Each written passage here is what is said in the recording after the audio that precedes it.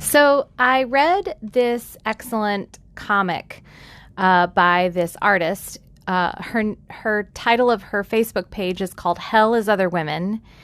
And in the About section, it says, Level 6 Problematic Comics with a Level 4 Problematic Name by a Level 10 Problematic Female. But the particular comic that I'm referring to here is about ghosting. And it inspired me to do a podcast about ghosting. Because, let's face it, if we're in the dating world, which many of us polyamorous folks are, we have probably been ghosted before. We may have even ghosted someone ourselves. So, let's talk about it.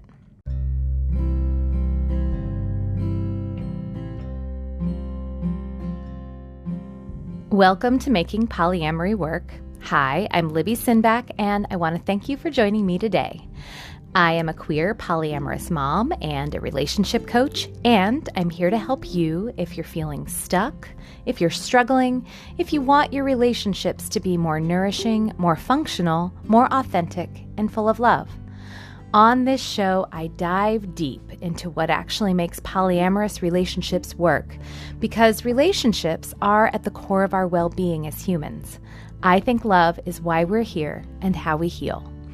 I'm really looking forward to our conversation today, but before I go any further, I want to give some quick announcements. First, I just booked my hotel room for Poly Living in February in Philadelphia.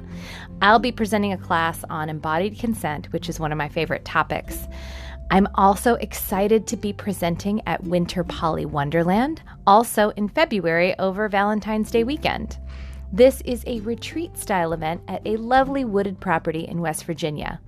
I'm really looking forward to enjoying some time in nature and connecting with everyone there, so I hope you'll join me. I will also be in Atlanta on February 29th, teaching my workshop on relationship transitions for Atlanta Poly. So if you're in the Atlanta area, I'd love to meet you. Further in the future, I'll be presenting at Southwest Love Fest in Tucson and RelateCon in Boise, and those are both in April. And you can find out more details about those events in the show links. That's all the announcements I have for now, so let's continue the conversation. Okay, so first, even though it probably doesn't need defining for most of the people listening, I am going to define ghosting for my boomer friends or for folks who have been out of the dating scene since the creation of apps like Tinder, which some of you are. So ghosting is when you have formed some kind of connection with someone and then one day, randomly, for no reason, the person just disappears. They stop returning your texts or any other form of communication. They don't show up for plans you've made. You just never hear from them again. Ghosting most commonly happens in the early stages of a dating relationship, but I've also seen ghosting happen in other situations. Sometimes a longer casual relationship can just suddenly be ghosted. I've seen people ghost friends, and sometimes people will also ghost longer-term invested relationships or family relationships for reasons I'll go into a little bit. Now, to be clear, ghosting is a way of ending a relationship without telling the other person that that's what's happening. If someone has indicated that they don't want to see you again and then doesn't respond to communications that come from you, that's not ghosting. That's just not responding anymore after they've told you they don't want to talk to you anymore. Ghosting is also not simply being shitty about maintaining communication between planned engagements. Some people are just not great at electronic communication or aren't able to hold a back and forth conversation via text for very long.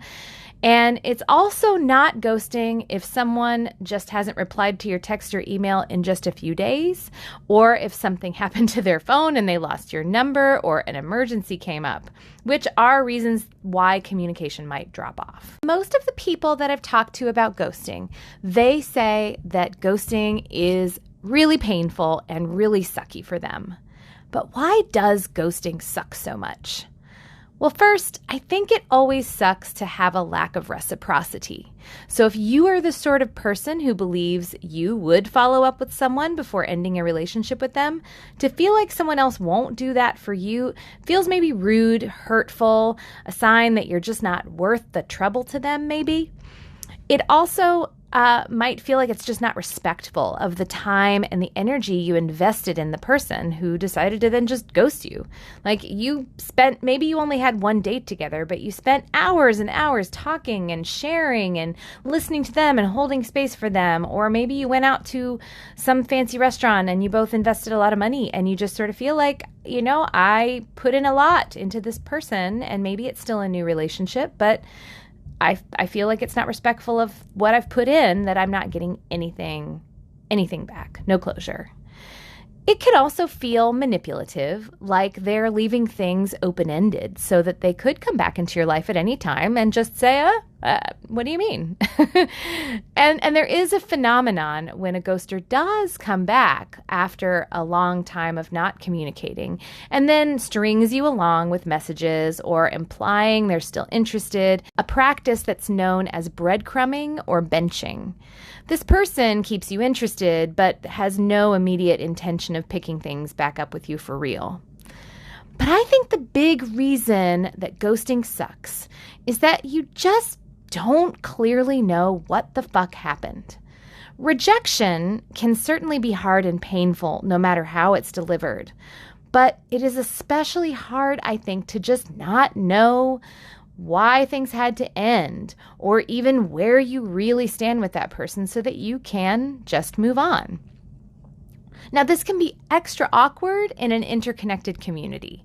If someone ghosts you and then, you see them at a happy hour or a meetup, what do? It's hella awkward. And oh God, what if they just start talking to you like nothing happened, or smile at you and you're like, what does that mean? That can just feel kind of even gaslighty or just confusing. And if they ignore you or just kind of pretend you're not there, well, you don't want to confront them or engage them, but you also might feel a little triggered by seeing them and sort of stuck in this feeling like you were led on or that you weren't fully respected. Or you might just be, again, really just confused about what the heck you're supposed to do, or how you're supposed to act around them. And what if they are engaging one of your friends? I mean, I could just go on, but it can be awkward. So why do some people ghost? Well, I did not do a scientific study on why people ghost, but after surveying a few folks and considering the reasons I might have ghosted somebody or would ghost somebody, I came up with this very incomplete list. Well, so first, someone might ghost because they may just be uncomfortable turning someone down. They know how painful it is to be rejected and they don't want to hurt anyone's feelings. Maybe they're conflict avoidant and they just don't want to experience that discomfort, and so they think ghosting will avoid that. They also might really be comfortable with turning you down. They might want to do that, but they just don't know what to say or how to say it. They don't really have the words or any kind of script they can follow. They might feel like really overwhelmed, which might lead them to just ghost instead of communicating about it, because they just they feel like they can't even grasp at any words, which is a little different than not knowing what to say. They might just, like, sometimes people get overwhelmed and they kind of shut down and they're not capable of responding. And in that vein, if they're overwhelmed, they might mean to get back to you to close the loop, but they might just forget or procrastinate, or if they're overcommitted, they just might have like a bunch going on, or if they went on a bunch of dates all at once, they might be losing track of who's who. And then suddenly a month has gone by and they're going through their texts and they see yours and, but now it's just too late to follow up. They'll feel like an asshole and they'll have to confront that they never responded to you. So again, it's just sort of avoiding that discomfort. Now, someone might ghost perhaps especially if they've had sort of a big change of heart. Like, let's say the last date you went on, by all of the measures that you have, went really well, and you were really, really excited, and you were getting green lights all around. But then the person you went out with just realized that things weren't going in the direction they wanted. Or when they reflected on it, they just weren't feeling it, even though they were acting like they were feeling it at the time. They likely can sense your growing excitement, and they just might feel some guilt about having led you on or having taken things as far as they'd gone, and they don't want to have to confront the ways that you might feel like they've let you down. The big thing here is that they know they have some responsibility for creating the enthusiasm and for creating your belief that this thing is going well, but they've suddenly changed their mind and they don't want to face the consequences of that kind of abrupt reversal. Now, those are all some sort of reasons to ghost someone. Here are some other reasons people might ghost that I want you to consider more strongly as being like really legitimate reasons. First of all, if you're ghosted, you might have possibly inadvertently triggered the person ghosting you in some way, or exhibited some kind of red flag behavior that just made it very clear to them, or made them believe that they want nothing to do with you and that maybe they're unsafe with you. This may be something that you need to know about even, and it may be something that you need to fix, or it may not be. Whether it's an early stage relationship or even if it's not, if you have given them the impression that you might harm them in some way, they might decide their best move is to abruptly end the relationship and all communication with you. Now, sometimes, again, this has nothing to do with anything you actually did, but in how they perceived what you did. Some people may have past traumas that make them unsafe, unsafe, even if you absolutely would never cause them any harm. If you step on one of their triggers, they may just choose to drop contact with you as part of their survival mechanism. And honestly, though that sucks, it's also not really their job to tell you why, even though it might suck for you. They are potentially in a state where they're still healing. It's also possible that your behavior is legitimately harmful, or maybe just creepy. And maybe you would really benefit from this person's feedback and maybe learn something and change. But even in that case, it is definitely not the job of a person who feels unsafe with you to be the person who helps you change your behavior. If you feel concerned that your dating behavior is regularly turning people off and you're getting ghosted a lot and you want some better understanding as to why, what I encourage you to do is to solicit some feedback from your friends or seek the support of a professional counselor or coach or therapist. And when you're seeking this kind of help, be upfront that you want this kind of feedback. Some friends and even therapists and coaches may not tell you the truth and give you this honest feedback, even if they see it, unless you're clear that that is what you want. But worth their weight in gold is the person who will tell you gently and with love to help you see what might be getting in your way and some ways that you can improve.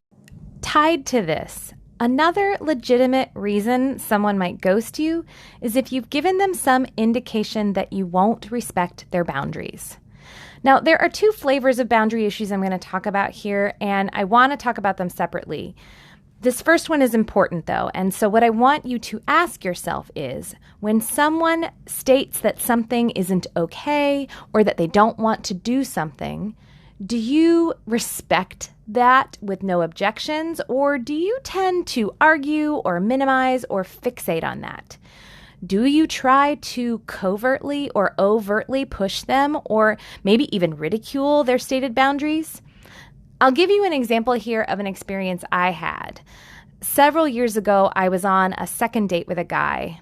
I was very attracted to him, but I knew that I didn't want to have sex with him on that date. So I stated the boundary that for that date, I didn't want to take my underpants off. When we started making out, instead of just staying away from my underwear, he seemed really focused on that little bit of cloth. He never directly pressured me to take off my underwear and never made me feel unsafe, but he was very fixated on my stated boundary instead of doing what I would have preferred, which was to just steer clear of it completely. I never contacted him again after that, and I feel good about that choice because his behavior gave me the vibe that he is just shitty on consent. And if you are the sort of person who treats someone's no as sort of a challenge, I want to tell you in no uncertain terms that you need to rethink that.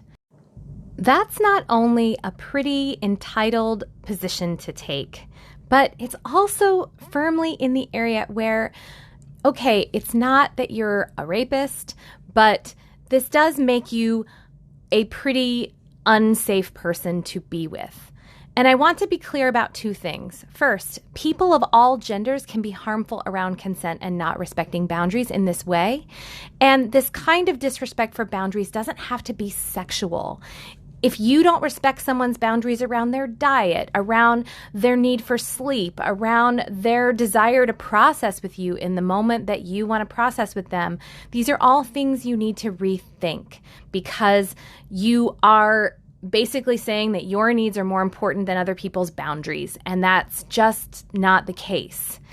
And if you're being ghosted because of this behavior, this is really understandable. People who are choosing to ghost you are basically saying, I don't trust you to respect my boundary, and so I'm not going to go through the effort of having to set it with you. I'm just going to move on.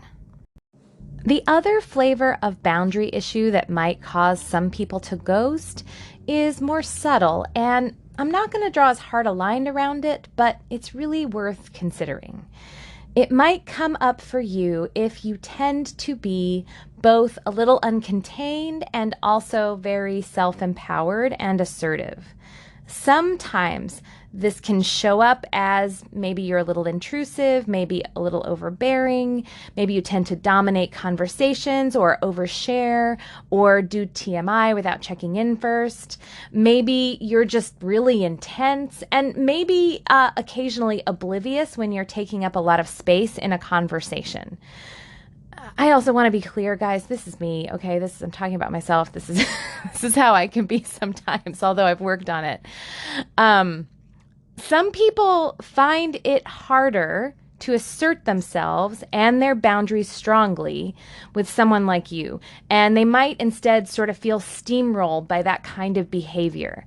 And that experience of feeling like they don't have any space with you might lead them to choose to passively rather than actively set the boundary around not seeing you anymore, aka they might choose to ghost you.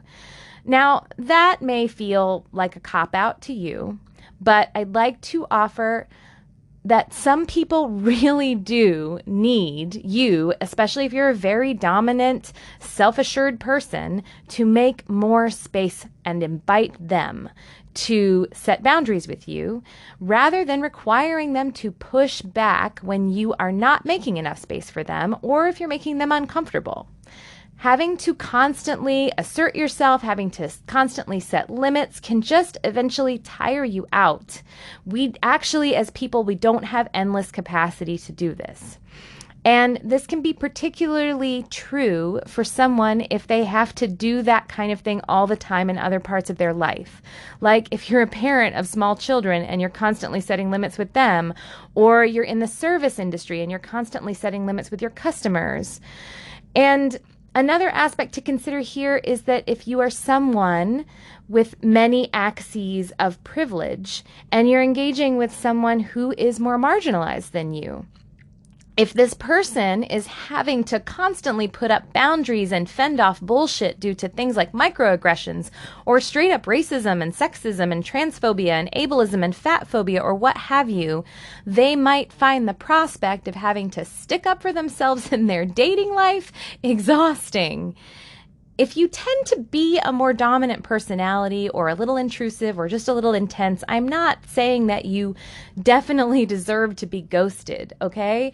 And I'm not even saying that you even really need to change necessarily, but it's also worth being aware of how you show up and how you take up space and understanding the impact that has on the other people around you.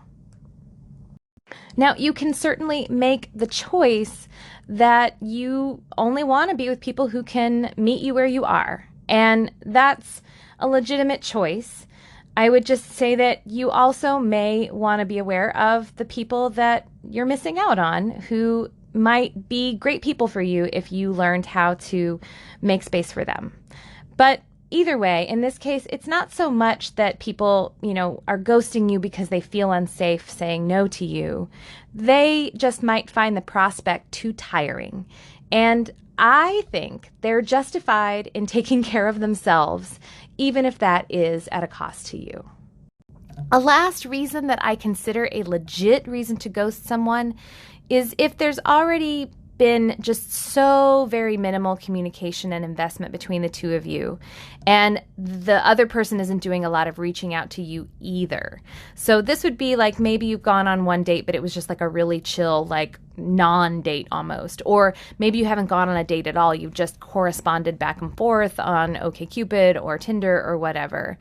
In this case, I feel like going out of your way to end things with someone who might be perfectly fine not hearing from you is probably unnecessary and maybe just adding insult to injury in some way, Now, though I think it's sometimes justified, I don't think ghosting is the kindest way to end a connection with someone generally.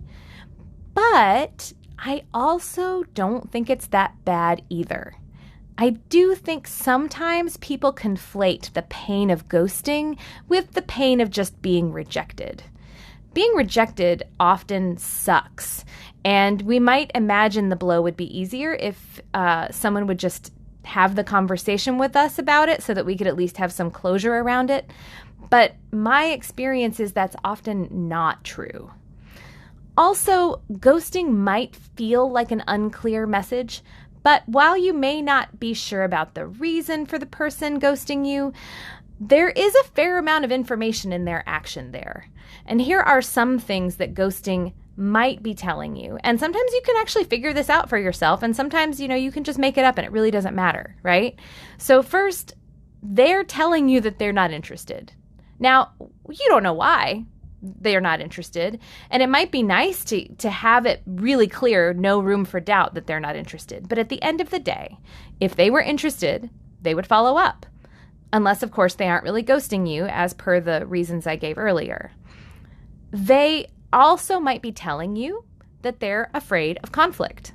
Now, if you're a person who has a healthy relationship to conflict and recognizes that you need to confront things in order to have a healthy relationship, this person may be incompatible with you, no matter how cool they seem. So it's better that you know that this person isn't conflict comfortable so that you can move on to someone who is. They also might not be a person who can be honest with you when the feedback they have is negative. If you are a person who craves authenticity in your relationships, this person may be a bad fit.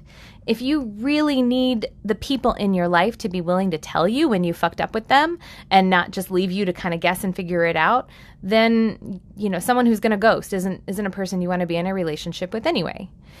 Now, this person also may struggle with direct verbal communication. For some people, that's fine. For some people, nonverbal communication is the way that they communicate and it works well for them. But if verbal communication is very important to you, and it is often very important in polyamorous relationships, this person may not be up for meeting the needs you have around communication. This person also might be afraid to say no to you. And again, that's worth taking stock of your own behavior and asking yourself if you have made enough space for the people in your life to comfortably say no to you. Are you respecting boundaries? Are you non-reactive? Are you able to take rejection well? But if you believe that you do respect people's boundaries and take rejection pretty well, you can let go and honor that this person is uncomfortable with communicating their boundaries to you.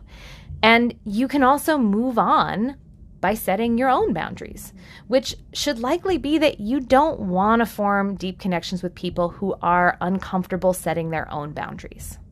This person ghosting you might also be saying that they just don't have it together right now to follow up with you. It might not be in your imagination that the date went really well, but the person might just be super disorganized or massively overcommitted. I mean, oh my gosh, overcommitted, that happens all the time in non-monogamy. Some people, like, their eyes are just bigger than their stomach, and that's the way it is. I have a friend who said that, they believe that, if the person really, really likes you, then they'll find the time and the space. And I can tell you that time is a finite resource, and you can connect to a lot of different people and have really deep connections, but you can't necessarily follow through on every single one. And if you need someone who's available, capable of consistently following up with you, has the space for you in their life, is ready to deepen the relationship, this person is telling you they're not that.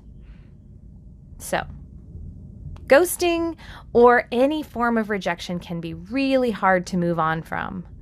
We often tell ourselves that if we were just better in some way, or if we just done something different on that date, if we just hadn't said the wrong thing in the wrong way, if we could just explain ourselves, then the person would be the person that we need them to be, or they would have just responded to us differently in the way that we want to be responded to.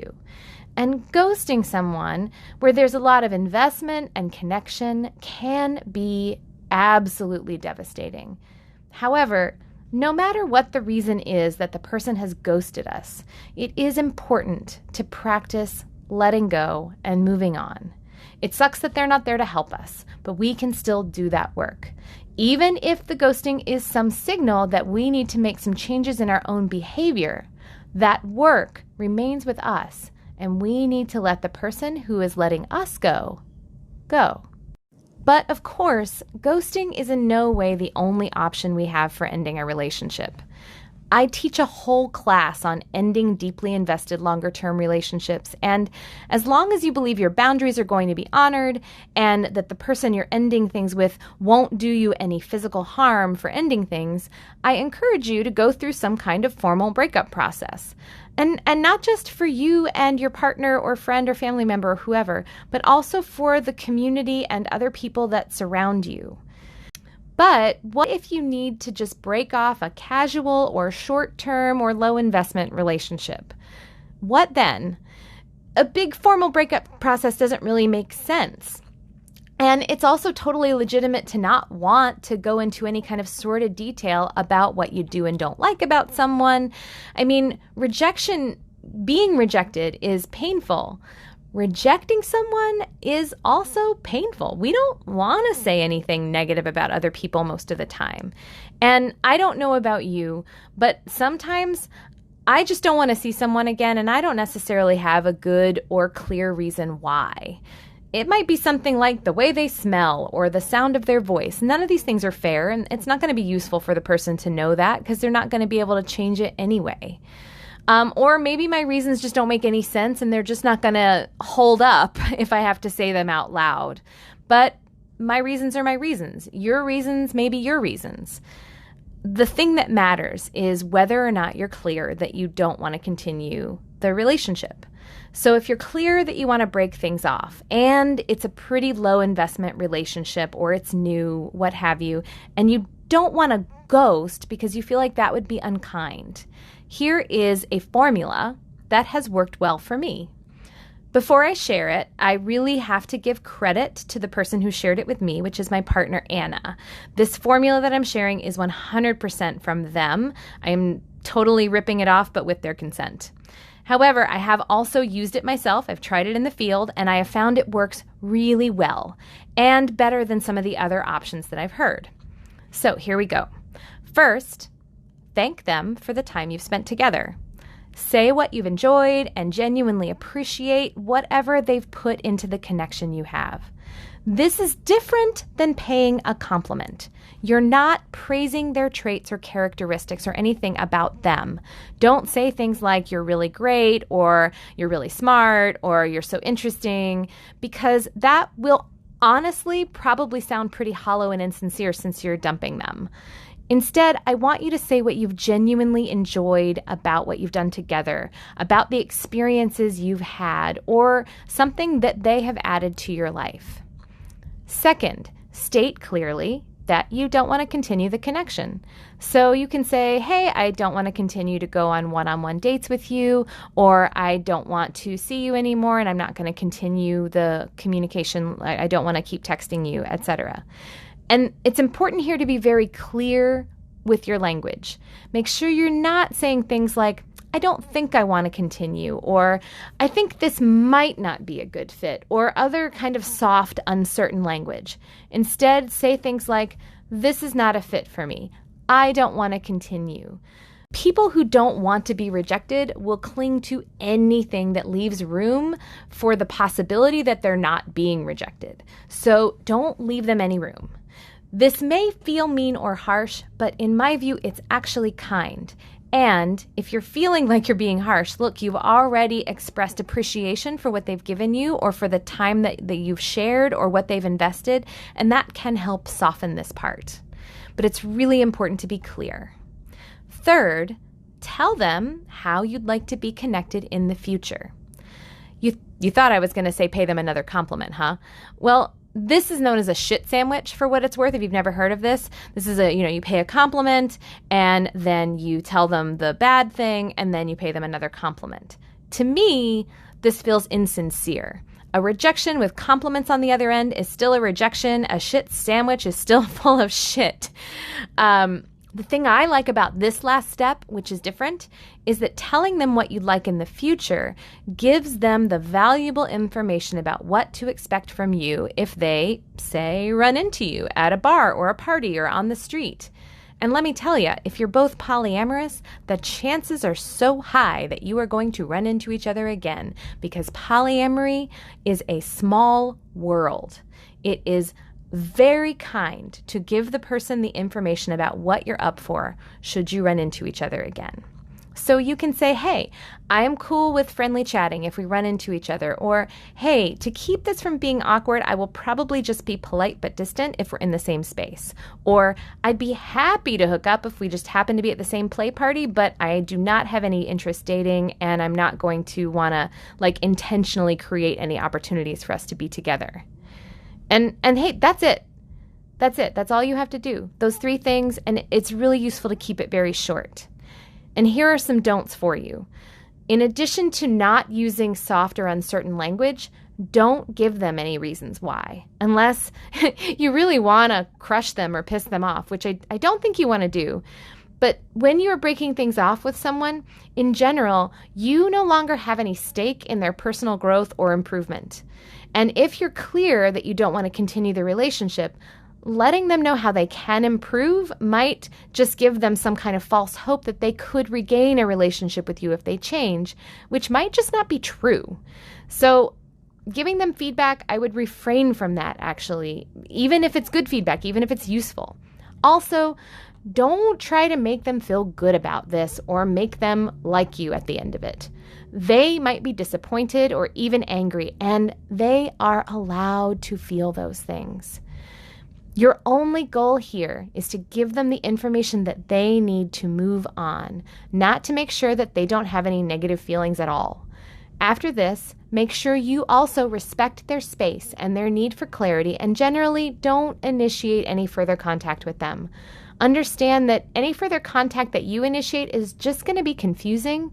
So unless, of course, you've drawn some kind of line about where you want to go forward, and that includes some intermittent communication, I would avoid it. So I want to share with you how this has actually worked for me in action. So I'm going to give you an example. I ran into this woman at a happy hour, and I'd had a crush on her for a while. And so I approached her, we started flirting, and flirting led to us making out on the front patio. And it was so hot, and she was so hot, but some little things that happened in that encounter left me feeling clear that I definitely didn't want to carry anything any further with her. I had definitely initiated the flirting too, so I felt like it was on me to be clear that my feelings that I had indicated were the case, that I was interested in her, had changed. So I told her that I really enjoyed making out with her and talking to her, but that I didn't want to spend any more one-on-one time with her in the future. And I told her that if we happened to be in the same space, I'd be happy to see her and chat, but that I didn't want the relationship between us to go any further than that. I delivered this information over text, and I think that's fine for this kind of thing. I think it might even be kinder to give someone a text, but you got to feel it out for yourself. And I really want you to check and see like what would be best. But I think if it's a low investment relationship, inviting someone out for a date just to dump them might feel like a big misuse of their time. I also think that letting this person receive their rejection when they are not with you so they don't have to show you how much it hurt, that can actually, help them save face. And I mean, I'll be clear that, when I've been rejected, I get like way overly emotional about it because I get way too excited about people sometimes. And, not having to feel embarrassed about that can be good. So I think sometimes it's good to reject people over text. You don't want to break up with somebody in a long-term relationship over text. That feels, again, sort of not honoring the investment. But in the lower investment relationships, I think it's fine. So to recap, ghosting can suck. Rejection always sucks. But sometimes there are legitimate reasons to ghost. And even if there aren't, ghosting gives you really valuable information that you can use to move on and let go instead of getting stuck in rejection feelings and anger and bitterness. But if you don't want to ghost other people and you want to be kinder, a handy script to use is 1. Thank them for the time you've had together. 2. Tell them clearly that you don't want to move things forward. And 3. Let them know what you would like from them or with them in the future.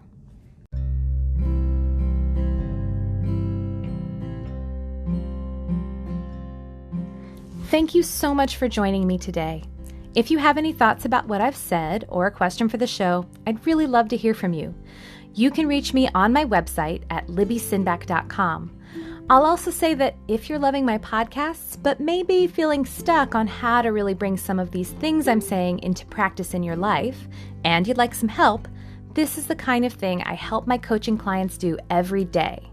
If you're interested, I'm offering podcast listeners a free introductory session with me to see if coaching might be a good fit for us. There's a link in the podcast description for you to sign up, but slots are limited, so if you are interested, definitely go grab one soon. If you love this podcast, please share it with your friends, your networks, Facebook groups, etc. Oh, and definitely don't forget to subscribe. And if you want even more people to find the show, I've heard that rating and reviewing on whatever platform you listen on, whether it be iTunes or Stitcher or Spotify, will help more people find the show. Thank you so much for being with me today, and I'll see you soon.